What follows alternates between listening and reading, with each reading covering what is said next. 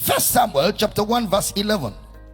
And she vowed a vow and said, O Lord of hosts, if thou wilt indeed look on the affliction of thine handmaid, and remember me and not forget thine handmaid, but will give unto thine handmaid a man child, then I will give him unto the Lord all the days of his life, and there shall no razor come upon his head. Anna in the temple praying, trusting God to have a child, getting into alignment. Look at verse 15. And Anna answered and said, No, my Lord. So now the priest comes in and says, you are a drunk woman. Don't be coming to church when you drink alcohol, you hear? Don't be coming to church when you drink alcohol.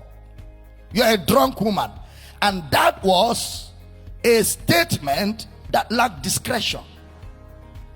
The prophet did a wrong judgment. He judged her wrongly.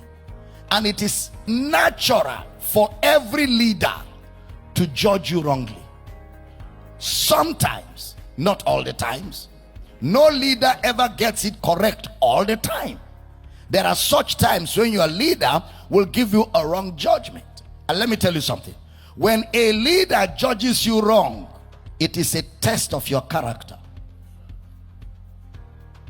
We will never know how loyal or disloyal or rebellious you are until there is a wrong judgment coming to you from your leader. That is what will provoke what is inside. I mean, look at it. This is a man of God. Her own pastor is accusing her of drinking. You are drunk and you came to the pulpit. He shouldn't do that. He shouldn't do that. That's not right at all. But also in that is a test of character. Can you imagine the person Jesus called a dog? Have you read about that? Jesus himself called a woman, you are a dog. We don't give the children's bread to dogs. It was a test of her character. Some people will get angry and go on social media. And he calls himself a man of God. If there's something this generation must learn, is to honor the grace of God on men that God has set over them.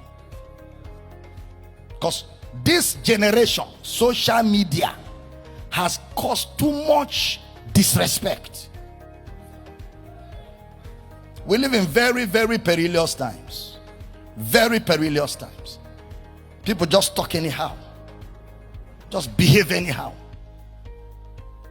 The man of God judged her wrongly. You are drunk. Don't be coming to church when you drink alcohol. See how drunk you are. She said, no, my Lord. No, my Lord. No. She put herself in a place of submission. See, I'm a woman of a sorrowful countenance. I'm not drunk. It's just that too much is on me. I'm going through. I'm going through. So much is at stake, man of God. And Anna answered and said, no, my Lord. I, a woman of a sorrowful spirit, I have drunk neither wine nor strong drink, but have poured out my soul before the Lord. Look at the right answer. She told him, no, sir, please don't be angry. I'm not drunk. Look at verse 16. Count not thine handmaid for a daughter of Belial, for out of the abundance of my complaint and grief have I spoken hitherto. So she corrected the impression without being rude. She corrected the impression that the man of God had without being rude, without dishonoring the man of God. Anger is a bad emotion, and it is pride that inspires anger. Pride. Write this down, every one of you, in capital letters.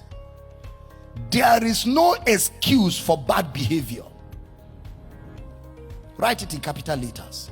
There is no excuse for bad behavior. If you're rude, your pastor may look away, but it is you that it will hurt. Your pastor may not count it, he may not note it, he may not record it, he may let it go, he may not take it as anything. But if you're rude, you are the one that rudeness will hurt. Your rudeness will not hurt your man of God. No way. No way. You are the one that your rudeness will hurt. Can you imagine Miriam and Aaron? They stood up and said, Moses, are you the only one that God talks to? All of us have anointing. No? Leave that in. Are you the only one that God talks to? They spoke wrongly to Moses, and that was the end of it, honey. You know, that was the end of Miriam and Aaron. The next time we see, it will be Joshua. Aaron vanished. Aaron closed his ministry by his behavior. Look at Barnabas, Paul. Barnabas, Paul, Silas, John Mark. Barnabas, Paul, Silas, John Mark. Separate unto me Paul and Barnabas. When they started the journey, we see Barnabas prominent. After a few minutes, Paul took over the prominence, because it is God that appoints people over people. I'm talking about spiritual leadership. Barnabas was the one that introduced Paul to the apostles, because Barnabas was older than Paul in Christianity. So Paul is supposed to follow Barnabas, but he didn't say separate Barnabas and Paul. He said separate Paul and. So that means from the beginning of the journey, the leader has been pointed out as Paul. Even though Barnabas is older, yet we see that within a short while, Barnabas was following Paul. Everywhere it was Paul, Paul, Paul, Paul. So they went for a missionary journey. And after they finished their missionary journey, they came back, and Paul said, no, John Mark will not follow us on the second one, because the first one we went with John Mark abandoned us. We can't take John Mark. Barnabas said, Paul, I'm older than you in this thing. I am even the one that made people to accept you. Who are you to drive John Mark away? If John Mark is not coming, I'm not coming. So Paul left John Mark and Barnabas and took Silas. That was the end of Barnabas. Read the entire book of Acts. From that separation, Barnabas expired. When you play with supernatural relationships, you may still be alive on earth, but your impact will not be felt.